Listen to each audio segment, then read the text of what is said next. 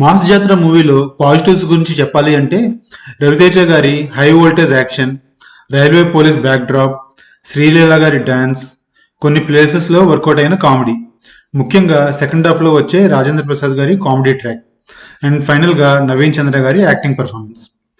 ఇంకా నెగిటివ్స్ గురించి చెప్పాలి అంటే ముందు చెప్పుకోవాల్సింది ఈ మూవీ స్టోరీ నేరేషన్ చేసిన విధానం, screen play, editing, and most importantly ఈ మూవీ బీజిఎం. అంతేకాదు ఇంకా ఉన్నాయి. అవసరం లేని లవ్ ట్రాక్, స్టోరీ ఫ్లోని దెబ్బతీసే సాంగ్స్, ఎమోషనల్ డెప్త్ లేని fight scenes, and too many fights and lengthy fights, అస్సలు వర్కౌట్ అవని డైలాగ్స్, శ్రీలీల గారి అండ్ రవితేజ గారి డైలాగ్ యాక్సెంట్. ఈ మూవీని ఇండివిజువల్ సీన్స్గా చూస్తే ఈ మూవీలో జాతర ఫైట్, రవితేజ గారి డిన్నర్ సీన్, శ్రీలీల గారి డ్యాన్స్ అండ్ కొన్ని కామెడీ సీన్స్ మీకు నచ్చొచ్చు. ఈ మూవీలో రవితేజ గారి ఓల్డ్ మూవీస్ యొక్క రిఫరెన్సెస్ కూడా ఉన్నాయి. అవి రవితేజ గారి ఫ్యాన్స్కి బాగా నచ్చుతాయి.